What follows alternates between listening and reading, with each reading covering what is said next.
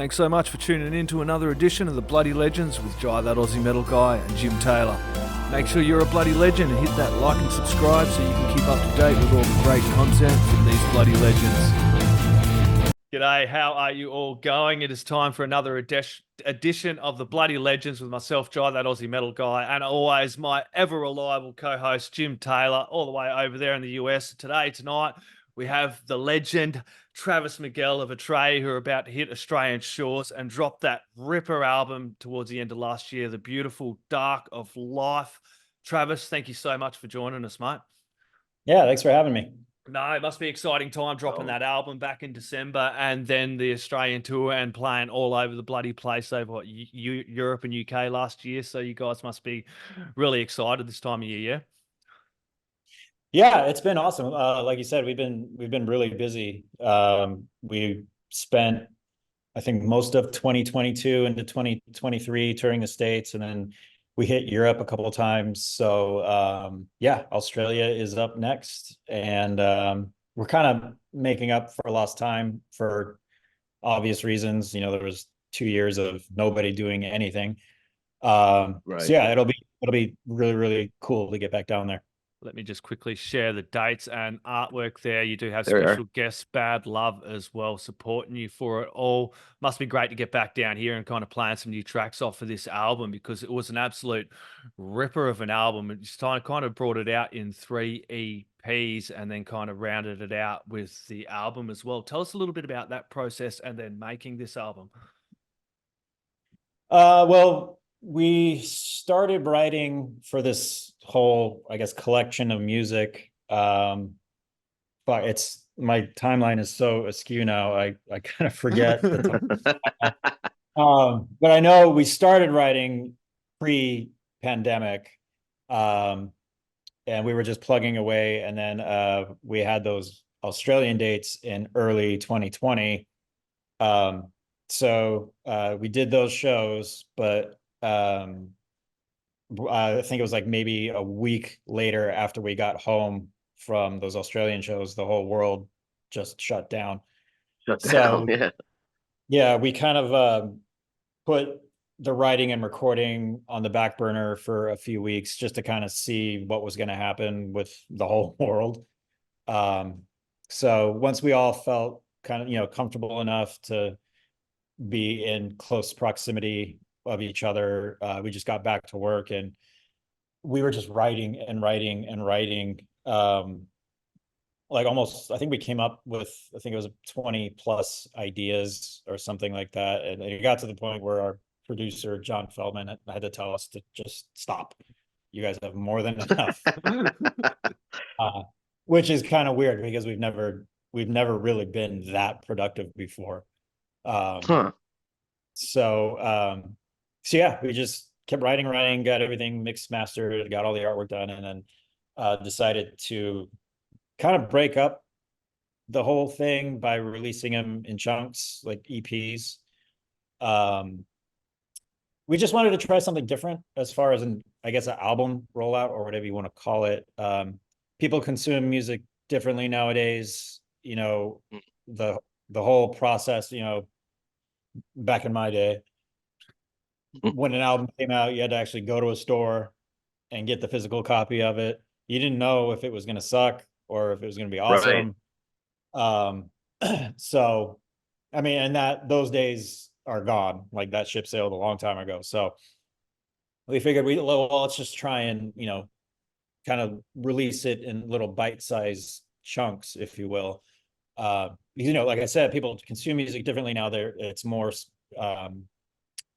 you know, if a band releases an album, there's a chance of maybe only 2 or 3 songs really getting the attention, and then everything else just kind of falls by the wayside.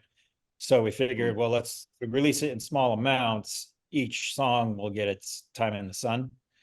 And I think, you know, so far from what I can tell, it works. You know, we were just in Europe just before the new year, and you know, a lot of these people didn't even speak English, yet they knew all the words to these new songs. Some of these songs, you know, we would consider, you know, deeper cuts from the new album. Sure. So yeah, it's been awesome so far.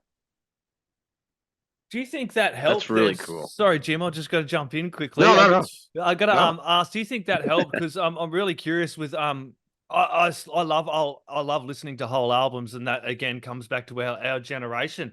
But do you think the way Right. that you released it with these 3 EPs, it kind of, as you just said, it kind of brought a little bit more light to the deeper cuts as well, that necessarily people might not have listened to if you just brought it out as the whole album package? Yeah. I think so. Everybody's attention span, is like this big nowadays, mine included. I'm no different. So I think to sit down and listen to a full album from front to back, um, I think maybe more so for the younger generation. I don't think they just might not be used to that. Whereas, Yeah. like you said, like we grew up listening from track one Hmm. to the last, the whole way through, and took it all in as one body of work. Um, but like I said, that's kind of an antiquated way of consuming music for some people. So yeah, I mean, we just figured it wouldn't hurt to try, and it definitely hasn't hurt. I think there's probably been some beneficial elements to releasing it in that fashion. And that's cool though. Like that's, I think the era of, I had a friend tell me a few years ago, it's like full records are sort of by the wayside these days. There's a big return to shorter records, and it's one. It's a little, I you run into costs, so it's like, all right, let's do like these 3 songs, and then let's do another 3, and then okay, we've sold these 2, and then you release like them together, and then maybe you tack on 2 more songs onto that. So that's pretty cool. I think it's neat. I think it's like getting like a short story novel.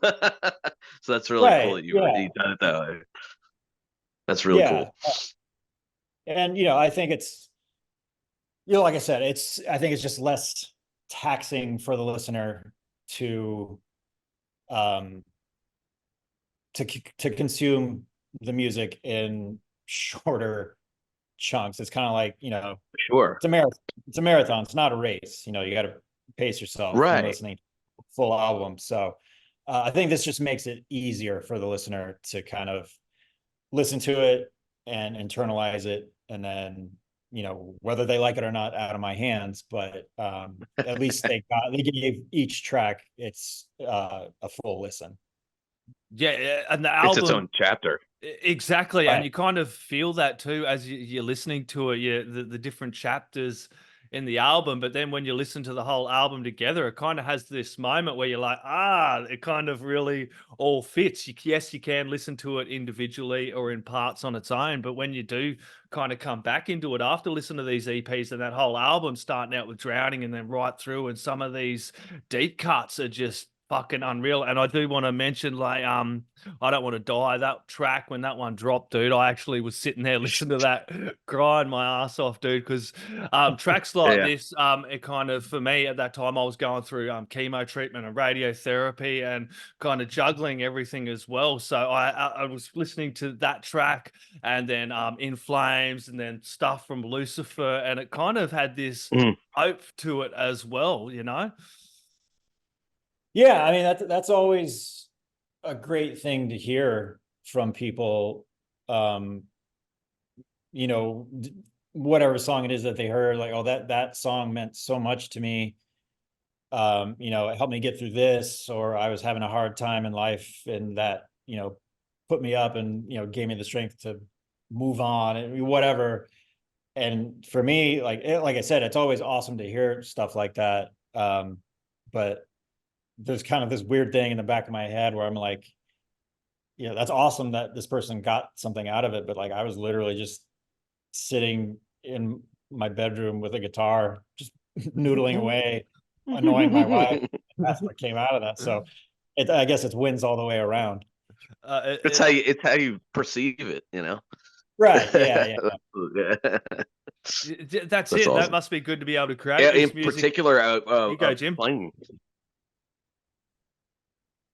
No, Was that's that okay. it stuttered there a little bit. Sorry, man. Gear wise, what were you using on this record particularly?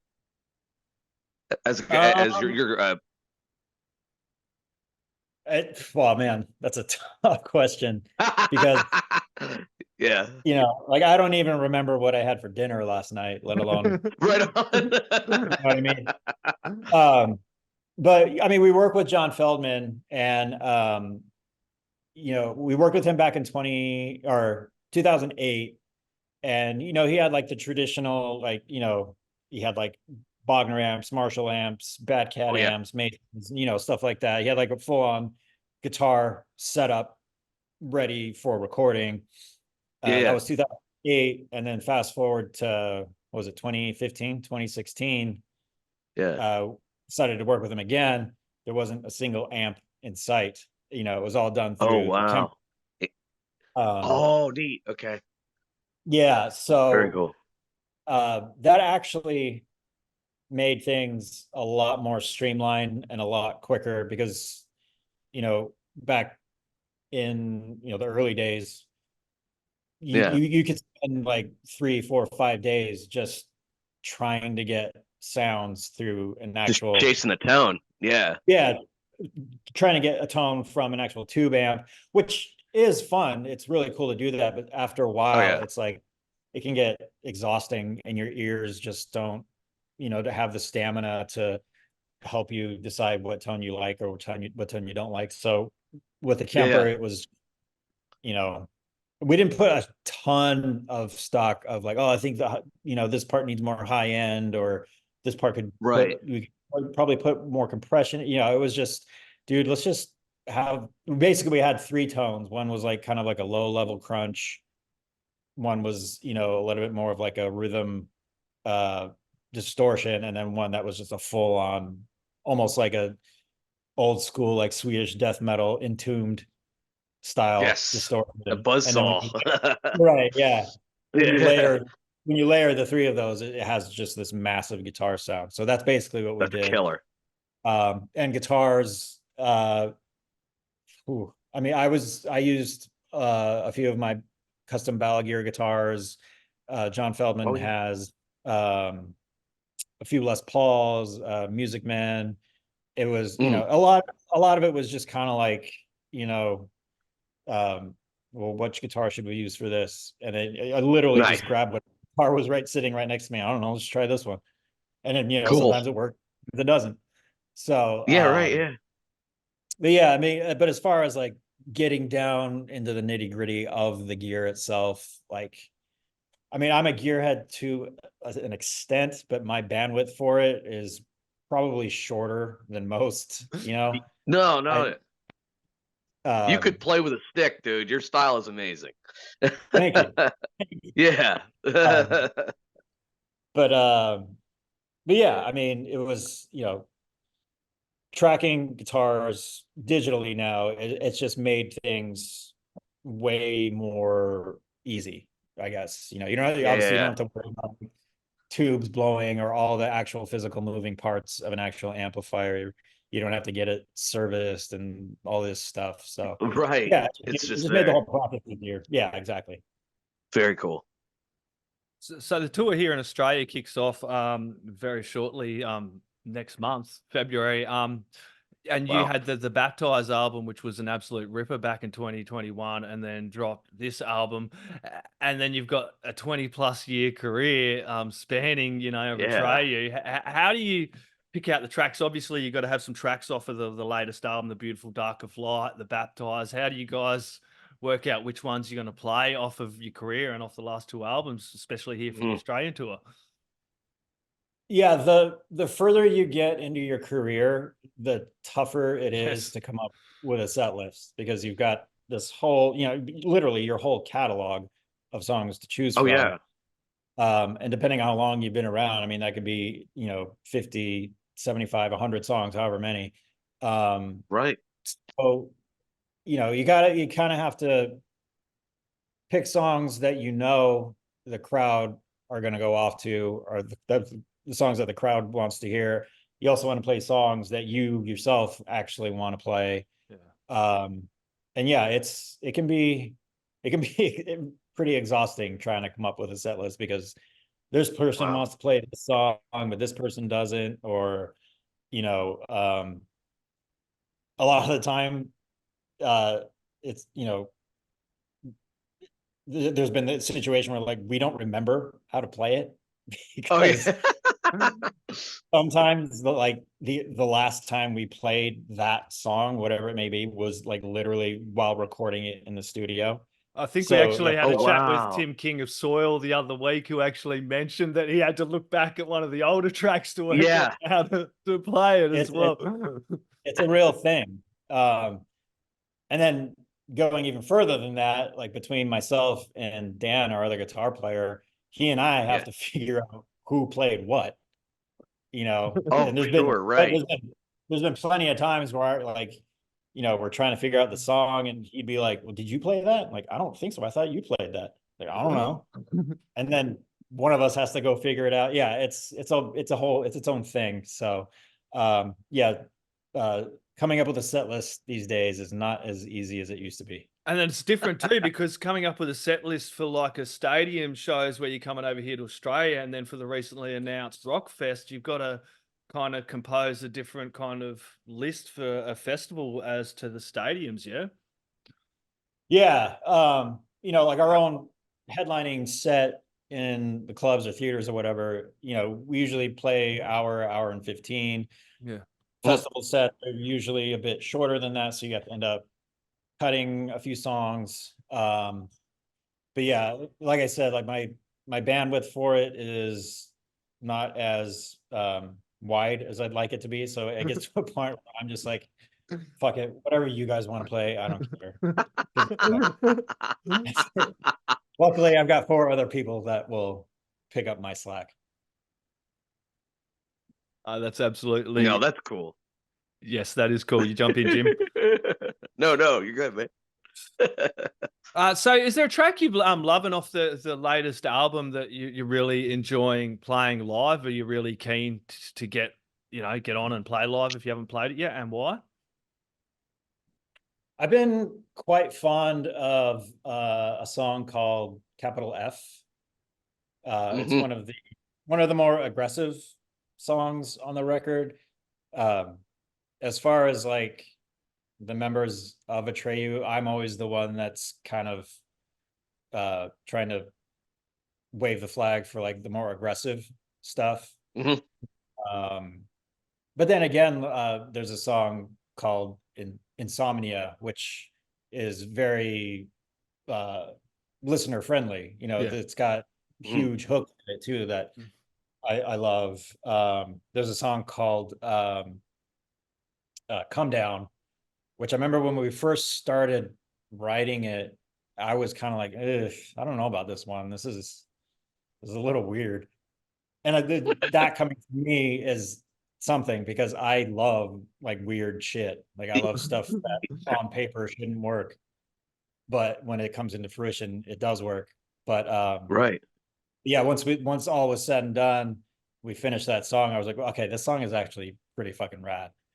That's So cool. yeah, I love that one as well. Yeah, and then you also had a guest appearance from Sierra Deaton on the Death or Glory track. I'd actually never heard of her Oh, before, but she has an amazing voice, and that track works really, really well. Tell us a little bit about that collaboration. indeed. She actually came into the studio with us, basically to as kind of like a sixth brain for writing stuff. And you know, we got along with her great, and she's Mhm. obviously super talented, great writer, amazing singer. And so when we were kind of piecing it together and trying to figure it out, if I remember correctly, she kind of just went into the vocal booth and just kind of like laid down a scratch track for what was gonna be sung by, I believe, Brandon, but it sounded so awesome. We just said, how about we just have her sing that? And Oh, yeah, neat. and then the funny thing was is, we didn't know her, she didn't know us, so like we were complete strangers. prior to working together, but you know, as she was leaving the studio that day, she kind of like, as she was leaving, she was like, I used to have your guys' sticker in my locker room in high school. So like, I'm a big How cool fan. is that? Yeah. Yes. And that whole time, like, we didn't know, which I'm kind of glad, because I think if we did know prior to working with her, we kind of would have been like, it's just going to be some girl who's just going to be, you know, not necessarily fangirling all over us, but it just kind of changes the dynamic Right. when you know that there's like a weird kind of connection. Like an So, expectation. You know, right, like, yeah. I've got to kill this because these guys wrote the curse. I need to kill this. Yeah, no, that's Right. cool. It was like a secret, but it's almost like a rom-com. I had a Valentine of you in my locker. You know, Right. like what? Um, but yeah, at the end of the day, it all worked out great, and she's super cool, and like I said, obviously Very very unique talented. voice. Yeah, Yeah, she killed very it. unique. Yeah, you've done some really great collaborations over the years. Said some really good ones on that Baptise album as well with Travis Barker, Jacoby Oh, Shaddix, I believe, and Matt Heafy as well. So both albums, Mhm. all your work's an absolute ripper. So it must be great to kind of get down under here. I know you've been here a whole bunch of times and you do love getting to Australia. So I know all the Aussie fans are keen to catch you all, and I know you have a bunch of festivals set for later in the year. Travis, this has been an absolute pleasure. We're going to let you get another Yes, coffee sir. before the rest of your interviews. Do you have any last words, shout outs, thank yous, or anything else you'd like to add in there, my friend? yeah, I mean, if you're in the area of the cities that we're playing in Australia, please come out to the show, hang out, and have a good time. We'll be there front row. Santa, everybody go catch Atreyu this February with Bad Love and local supports everywhere. Travis, thanks very much, mate. You have a lovely evening. Awesome, man. Thanks for having me. Cheers, mate. Oi, you're tuned in to Jai That Aussie Metal Guy, so make sure to hit that like and subscribe button so you don't miss any of his sick content. And remember, stay brutal, you legend.